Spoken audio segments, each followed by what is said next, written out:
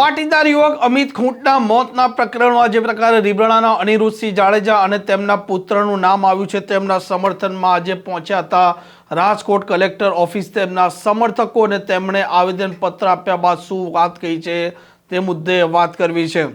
વૈષ્ણવજન તો તેને કહીએ જે પીડ પરાઈ જાનાને રે।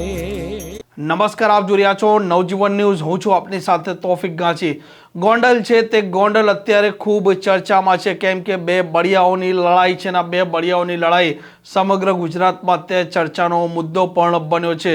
અમિત ખૂંટ જે પોતે ગોંડલના ઝેરાસિંહ જાડેજાના નજદીકના માનવામાં આવતા હતા, તેમના પર એક યુવતી છે તે દુષ્કર્મનો આરોપ લગાવે છે। આ મામલો 2 દિવસ ચાલે છે અને ત્યારબાદ એકાએક આ પાટીદાર યુવક પોતાનો જીવ છે તેનો અંત આણે છે અને સુસાઇડ નોટમાં આરોપ લગાવે છે કે તેમને હની ટ્રેપમાં ફસાવવામાં આવ્યા હતા અને તેના મુખ્ય જવાબદાર તેમણે રીબડાના અનિરુદ્ધસિંહ જાડેજા અને તેમના પુત્ર રાજદીપસિંહ જાડેજાને ગણાવ્યા હતા। આ મામલે ખૂબ ચર્ચા પણ જાગીને અંતે ગોંડલના તાલુકા પોલીસ સ્ટેશનમાં મામલે ગુનો પણ દાખલ થયો। ત્યારબાદ એકાએક અનિરુદ્ધસિંહ જાડેજા સામે આવે છે અને તે મીડિયા સમક્ષ કહે છે કે તેમને ખોટી રીતે ફસાવવામાં આવ્યા છે અને સમગ્ર ષડયંત્ર ઝેરાસિંહ જાડેજાએ ઊભું કર્યું છે।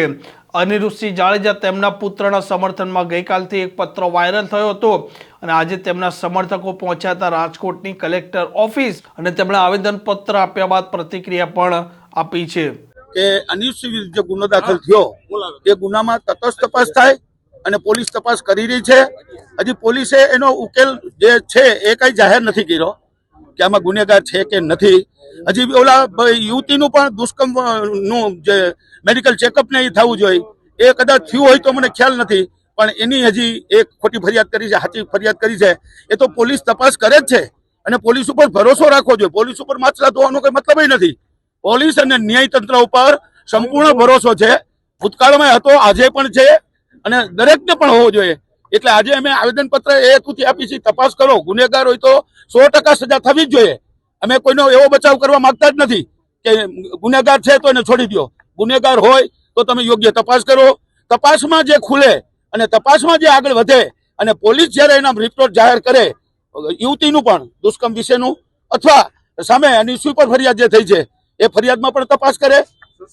સુસાઇડ નોટ મળી આવી છે, સુસાઇડ નોટમાં અલગ અલગ અક્ષરો છે એવું એમનું કહેવાનું થાય છે। મેં વાંચી નથી પણ મીડિયા મારફત મેં વાંચી છે।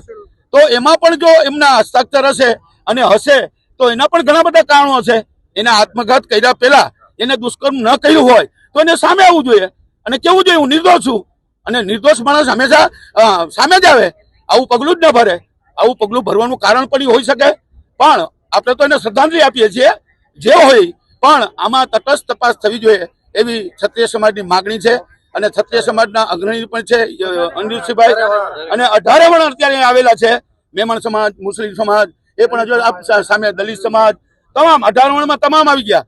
આ ખાલી એક ક્ષત્રિયોની ઓલી નથી, આ રેલી નથી, આ આંદોલન નથી, માત્ર આવેદનપત્ર કલેક્ટર સાહેબને આપવાનું છે અને એને પણ તમારી સમક્ષ જે વિનંતી કરવાની છે।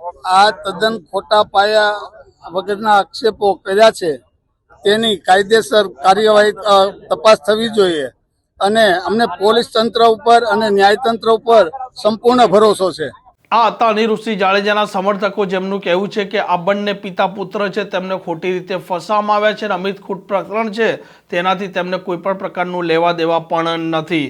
આ પ્રકારના સમાચાર, આ પ્રકારના અહેવાલ માટે નવજીવન ન્યૂઝની આ ચેનલ જોવાનું ને સબસ્ક્રાઇબ કરવાનું ભૂલતા નહીં। નમસ્કાર। વૈષ્ણવજન તો તેને કહીએ જે પીડ પરાઈ